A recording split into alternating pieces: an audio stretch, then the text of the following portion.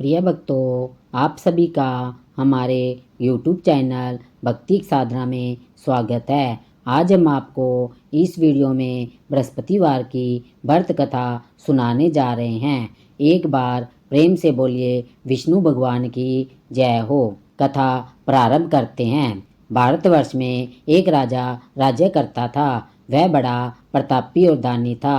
वह नित्य प्रति गरीबों और ब्राह्मणों की सहायता करता था। यह बात उसकी पत्नी को अच्छी नहीं लगती थी। वह ना ही गरीबों को दान देती थी, ना ही भगवान का पूजन किया करती थी और राजा को भी दान देने से मना किया करती थी। एक दिन राजा शिकार खेलने वन को गए हुए थे तो रानी महल में अकेली थी। उसी समय बृहस्पति देव साधु वेश में राजा के महल में भिक्षा के लिए गए और रानी से भिक्षा मांगी। रानी ने भिक्षा देने से इनकार कर दिया और कहा, हे साधु महाराज, मैं तो दान पुण्य से तंग आ गई हूँ। मेरा पति सारा धन लुटाता रहता है। मेरी इच्छा है कि हमारा धन नष्ट हो जाए, फिर ना रहेगा बांस न बजेगी बांसुरी। साधु ने कहा, देवी तुम तो बड़ी अजीब हो। धन संतान तो सभी चाहते हैं, पुत्र और लक्ष्मी तो पापी के घर भी होने चाहिए।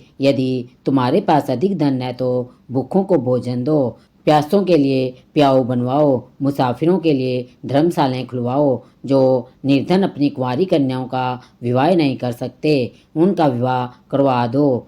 ऐसे और कई काम हैं जिनके करने से तुम्हारा यश लोक परलोक में फैलेगा।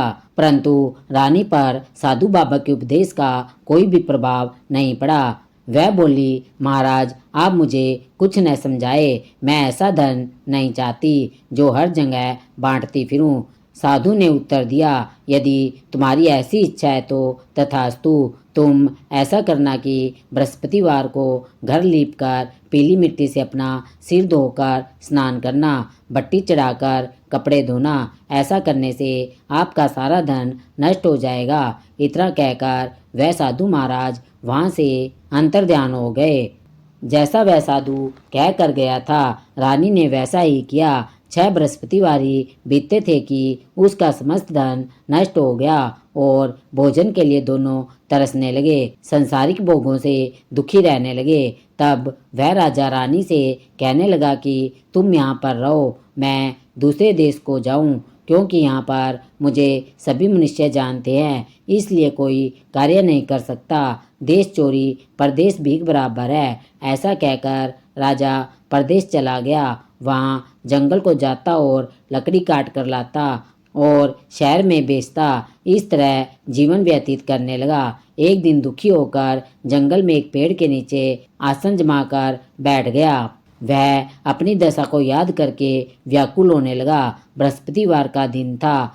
एकाएक उस राजा ने देखा कि निर्जन वन में एक साधु प्रकट हुए हैं। वह साधु वेश में स्वयं बृहस्पति देवता थी। लक्कड़हारे के सामने आकर बृहस्पति देवता बोले, हे लक्कड़हारे, इस सुनसान जंगल में तू चिंता मगन क्यों बैठा है? लक्कड़हारे ने दोनों हाथ जोड़कर प्रणाम किया और उत्तर दिया, महात्मा जी आप सब कुछ जानते हैं, मैं क्या कहूँ? यह कहकर रोने लगा और साधु को अपनी आत्मकथा सुनाई। महात्मा जी ने कहा, तुम्हारी स्त्री ने बृहस्पतिवार के दिन बृहस्पति भगवान का निरादर किया है, जिसके कारण रुष्ट होकर उन्होंने तुम्हारी यह दशा कर दी है। अब तुम चिंता को दूर करके मेरे कहने पर चलो तो तुम्हारे सब कष्ट दूर हो जाएंगे और भगवान पहले से भी अधिक संपत्ति तुमको देंगे। तुम बृहस्पतिवार के दिन बृहस्पतिवार की व्रत कथा किया करो। 2 पैसे के चना मुनका मंगवा कर उसका प्रसाद बनाओ और शुद्ध जल से लोटे में शक्कर मिलाकर अमृत तैयार करो। कथा के पश्चात अपने सारे परिवार और सुनने वाले प्रेमियों में अमृत व प्रसाद बांटकर आप भी ग्रहण करो। ऐसा करने से भगवान तुम्हारी सभी मनोकामनाएं पूरी करेंगे। साधु के ऐसे वचन सुनकर लक्कड़हारा बोला, हे प्रभु, मुझे लकड़ी बेचकर इतना पैसा नहीं मिलता जिससे भोजन के उपरांत कुछ बचा सकूं। मैंने रात्रि में अपनी स्त्री को व्याकुल देखा है। मेरे पास कुछ भी नहीं है जिससे उसकी खबर मंगा सकूं। साधु ने कहा, हे लक्कड़हारे, तुम किसी बात की चिंता मत करो। बृहस्पतिवार के दिन तुम रोजाना की तरह लकड़ियां लेकर शहर को जाना। तुमको उस दिन लकड़ियां बेचने से दुगना धन प्राप्त होगा, जिससे तुम भली भांति भोजन कर लोगे तथा बृहस्पति देव की पूजा का सामान भी आ जाएगा। इतना कहकर साधु अंतर्ध्यान हो गए। धीरे धीरे समय व्यतीत होने पर फिर वही बृहस्पतिवार का दिन आया। लक्कड़हारा जंगल से लकड़ी काटकर किसी भी शहर में बेचने गया। उसे उस दिन और दिन से भी अधिक पैसे मिले। राजा ने गुड़ चना आदि लाकर बृहस्पतिवार का व्रत किया। उस दिन से उसके सभी क्लेश दूर हुए। परंतु जब दोबारा बृहस्पतिवार का दिन आया तो राजा बृहस्पतिवार की व्रत कथा करना भूल गया। इस कारण बृहस्पति भगवान नाराज हो गए। बृहस्पतिवार के दिन उस नगर के राजा ने विशाल यज्ञ का आयोजन किया तथा शहर में यह घोषणा करा दी कि कोई भी मनुष्य अपने घर में भोजन न बनावे न आग जलावे। समस्त जनता मेरे यहाँ भोजन करने आवे। इस आज्ञा को जो न मानेगा उसके लिए फांसी की सजा दी जाएगी। इस तरह की घोषणा संपूर्ण नगर में करवा दी गई। राजा की आज्ञा अनुसार शहर के सभी लोग भोजन करने गए, लेकिन लक्कड़हारा कुछ देर से पहुंचा, इसलिए राजा उसको अपने साथ अपने महल में ले गए। महल में ले जाकर राजा उसे भोजन करा रहे थे तो रानी की दृष्टि उस खूंटी पर पड़ी जिस पर उसका हार लटका हुआ था। वह हार रानी को वहां पर दिखाई नहीं दिया। रानी ने निश्चय किया कि मेरा हार इस मनुष्य ने चुरा लिया। उसी समय सिपाहियों को बुलाकर उसको कारागार में डलवा दिया। जब लक्कड़हारा को कारागार में कैद कर दिया गया तब वह बहुत दुखी होकर विचार करने लगा कि न जाने कौन से पूर्व जन्म के कर्म से मुझे यह दुख प्राप्त हुआ है, और उसी साधु को याद करने लगा जो कि जंगल में उसे मिला था। उसी समय तत्काल बृहस्पति देव साधु के रूप में राजा के सामने प्रकट हो गए और उसकी दशा को देखकर कहने लगे, अरे मूर्ख, तूने बृहस्पति देव की कथा नहीं करी, इस कारण तुझे दुख प्राप्त हुआ है। अब चिंता मत कर। बृहस्पतिवार के दिन कारागार के दरवाजे पर तुझे 4 पैसे पड़े मिलेंगे। उनसे तू बृहस्पति देव की पूजा करना, तेरी सभी कष्ट दूर हो जाएंगे। बृहस्पतिवार के दिन उस लक्कड़हारे को कारागार के पास 4 पैसे मिले। लक्कड़हारे ने उन पैसे से चना और मुनका मंगाकर बृहस्पतिवार की कथा कही। उसी रात्रि को बृहस्पति देव ने उस नगर के राजा को स्वप्न में कहा, हे राजन, तुमने जिस आदमी को कारागार में बंद कर दिया है वह निर्दोष है, वह राजा है, उसे छोड़ देना। रानी का हार उसी खूंटी पर लटका है। अगर तू ऐसा नहीं करेगा तो मैं तेरे राज्य को नष्ट कर दूंगा। इस तरह रात्रि के स्वप्न को देखकर राजा प्रातःकाल उठा और खूंटी पर हार देखकर लक्कड़हारे को बुलाकर क्षमा मांगी तथा लक्कड़हारे को योग्य सुंदर वस्त्र आभूषण देकर विदा कर दिया। बृहस्पति देव की आज्ञा अनुसार लक्कड़हारा अपने नगर को चल दिया। राजा जब अपने नगर के निकट पहुंचा तो उसे बड़ा आश्चर्य हुआ। नगर में पहले से अधिक बाग, तालाब और कुएं तथा बहुत सी धर्मशालाएं, मंदिर आदि बन गई। राजा ने पूछा, यह किसका बाग और धर्मशाला है? तब नगर के सब लोग कहने लगे, यह सब रानी और दासी के हैं। तो राजा को आश्चर्य हुआ और गुस्सा भी आया। जब रानी ने यह खबर सुनी कि राजा आ रहे हैं तो उसने अपनी दासी से कहा कि हे दासी, देख, राजा हमको कितनी बुरी हालत में छोड़ गए थे। हमारी ऐसी हालत देखकर वह लौट न जाए, इसलिए तू दरवाजे पर खड़ी हो जा। आज्ञा अनुसार दासी दरवाजे पर खड़ी हो गई। राजा आए तो दासी उन्हें अपने साथ लेकर महल में आई। तब राजा ने क्रोध करके अपनी रानी से पूछा कि यह धन तुम्हें कैसे प्राप्त हुआ? तब उन्होंने कहा, हमें यह सब धन बृहस्पति देव के इस व्रत के प्रभाव से प्राप्त हुआ है। राजा ने निश्चय किया कि 7 रोज बाद तो सभी बृहस्पति देव का पूजन करते हैं, परंतु मैं प्रतिदिन दिन में 3 बार कहानी कहा करूँगा तथा रोज व्रत किया करूँगा।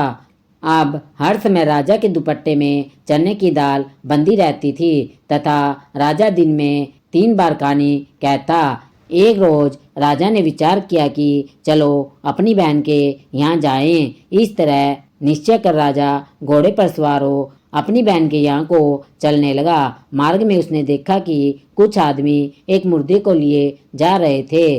उन्हें रोककर राजा कहने लगा, अरे भाइयों, मेरी बृहस्पतिवार की कथा सुन लो। वे बोले, लो, हमारा तो आदमी मर गया है, इसको अपनी कथा की पड़ी है। परंतु कुछ आदमी बोले, अच्छा कहो, हम तुम्हारी कथा भी सुनेंगे। राजा ने दाल निकाली और जब कथा आधी हुई कि मुर्दा हिलने लग गया और जब कथा समाप्त हो गई तो राम राम करके वह मुर्दा उठकर खड़ा हो गया। आगे मार्ग में उसे एक किसान खेत में हल चलाता मिला।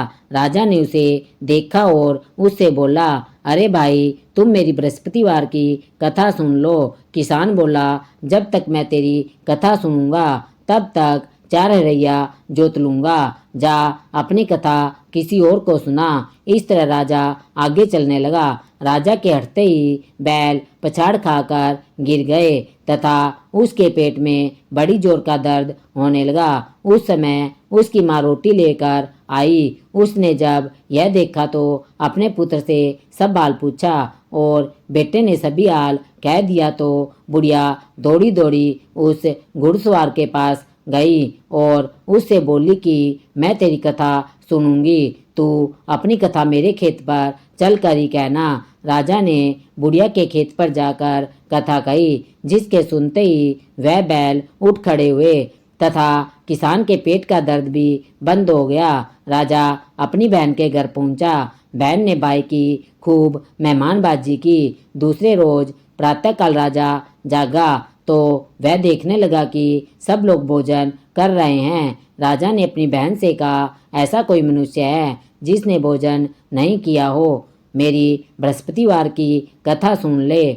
बहन बोली, हे भैया, यह देश ऐसा ही है कि पहले यहाँ लोग भोजन करते हैं, बाद में अन्य काम करते हैं। अगर कोई पड़ोस में हो तो देखाऊं। वह ऐसा कहकर देखने चली गई, परंतु उसे कोई ऐसा व्यक्ति नहीं मिला जिसने भोजन न किया हो। अंत में वह कुमार के घर गई, जिसका लड़का बहुत ज़्यादा बीमार था। उसे मालूम हुआ कि उसके यहाँ 3 रोज से किसी ने भोजन नहीं किया है। रानी ने अपने भाई की कथा सुनने के लिए कुमार से कहा। वह तैयार हो गया।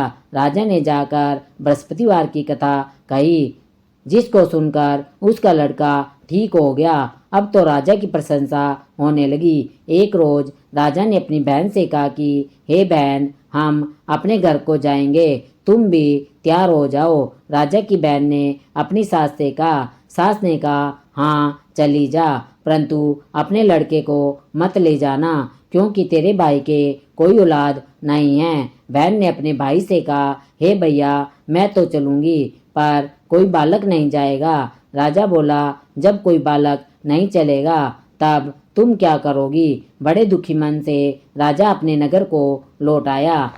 राजा ने अपनी रानी से कहा, हम निसंतान हैं, हमारा मुँह देखने का धर्म नहीं है और कुछ भोजन आदि नहीं किया। रानी बोली, हे प्रभु, बृहस्पति देव ने हमें सब कुछ दिया है, हमें औलाद भी बृहस्पति देव अवश्य देंगे। उसी रात को बृहस्पति देव ने राजा को स्वप्न में कहा, हे राजा, उठ, सभी सोच त्याग दे, तेरी रानी गर्भ से है। राजा को यह बात सुनकर बड़ी खुशी हुई। 9वें महीने में उसके गर्भ से एक सुंदर पुत्र पैदा हुआ। तब राजा बोला, हे रानी, स्त्री बिना भोजन के रह सकती है, बिना कहे नहीं रह सकती। जब मेरी बहन आवे तुम उससे कुछ मत कहना। रानी ने सुनकर हाँ कह दिया। जब राजा की बहन ने यह शुभ समाचार सुना तो वह बहुत खुश हुई और बधाई लेकर अपने भाई के यहाँ आई। तभी रानी ने कहा, घोड़ा चढ़कर तो नहीं आई, गधा चढ़ी आई। राजा की बहन बोली, भाभी, मैं इस प्रकार न कहती तो तुम्हें औलाद कैसे मिलती? बृहस्पति देव ऐसे ही है, जैसी जिसके मन में कामनाएं हैं सभी को पूर्ण करते हैं। जो सद्भावना पूर्वक बृहस्पतिवार का व्रत करता है एवं कथा पढ़ता है अथवा सुनता है, दूसरों को सुनाता है, बृहस्पति देव उसकी सभी मनोकामनाएं पूर्ण करते हैं। भगवान बृहस्पति देव उसकी सदैव रक्षा करते हैं। संसार में जो मनुष्य सद्भावना से भगवान जी का पूजन व्रत सच्चे हृदय से करते हैं तो उसकी सभी मनोकामनाएं पूर्ण होती है। जैसी सच्ची भावना से रानी और राजा ने उसकी कथा का गुणगान किया तो उनकी सभी इच्छाएं बृहस्पति देव ने पूर्ण की। इसलिए पूर्ण कथा सुनने के बाद प्रसाद लेकर जाना चाहिए। हृदय से उसका मनन करते हुए जयकारा बोलना चाहिए। बोलिए बृहस्पति देव की जय हो, भगवान विष्णु की जय हो।